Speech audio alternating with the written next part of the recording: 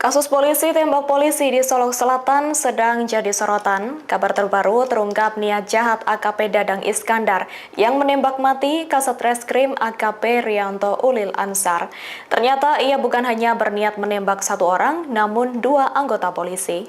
Penembakan ini terjadi di tempat parkir Mapolres Solok Selatan pada Jumat 22 November 2024 dini hari. Selain AKP Ulil, AKP Dadang saat itu juga mengincar nyawa Kapolres Solok Selatan AKBP Arif Mukti. Alasan AKP Dadang melakukan penembakan adalah tidak senang dengan penegakan hukum yang dilakukan AKP Ulil. Sebelumnya AKP Ulil menangkap rekan AKP Dadang yang berhubungan dengan tambang galian C ilegal di wilayah Solok Selatan. AKP Dadang diduga menjadi backingan di tambang tersebut. Menurut Dirkrimum Polda Sumbar, Kombes Pol Andri Kurniawan, setelah menembak AKP Ulil, AKP Dadang melepaskan tembakan ke rumah dinas Kapolres Solok Selatan yang dihuni AKBP Arif Mukti.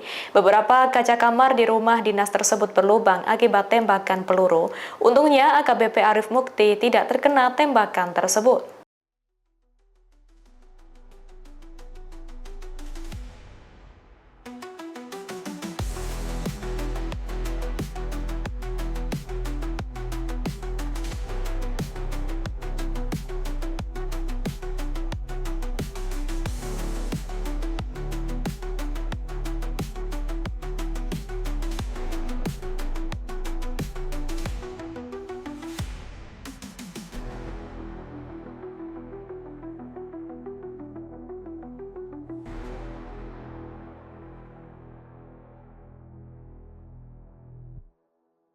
Download Tribun X sekarang, menghadirkan lokal menjadi Indonesia.